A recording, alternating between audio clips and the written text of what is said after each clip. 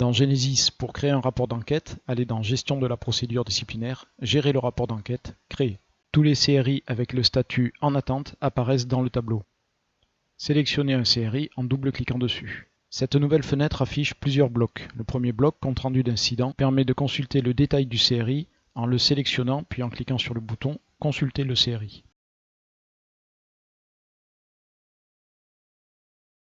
Une jonction de CRI est également possible en cliquant sur le bouton Ajouter un ou plusieurs CRI.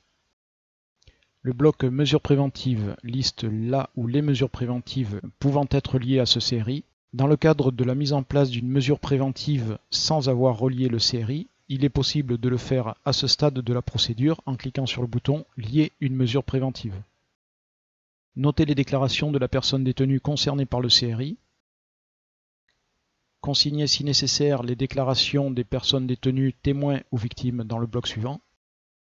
Dans notre exemple, la personne détenue Crespin est entendue en tant que témoin.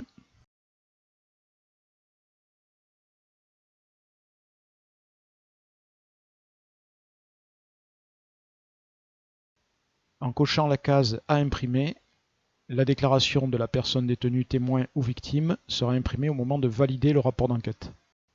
Le bloc Déclaration d'autres témoins permet de consigner le témoignage de personnes autres que des personnes détenues, telles que des enseignants, des aumôniers ou des employés de gestion délégués par exemple. Remplissez obligatoirement le champ Éléments matériels recueillis. Dans le bloc Sursis en cours, les sursis actifs de la personne détenue apparaissent. Enfin, complétez les éléments complémentaires et de personnalité. Le type d'incident sélectionné par l'agent rédacteur du CRI apparaît. En fonction des éléments recueillis lors de votre rapport d'enquête, vous pouvez être amené à requalifier les types d'incidents. Sélectionnez votre qualité, une langue de l'interprète si nécessaire. À ce stade, deux choix s'offrent à vous. Vous pouvez soit sauvegarder votre rapport d'enquête pour pouvoir le modifier plus tard, il vous suffit alors de cliquer sur le bouton Valider, soit vous estimez que votre rapport d'enquête est complètement terminé, vous cochez la case Bon pour décision, puis Valider.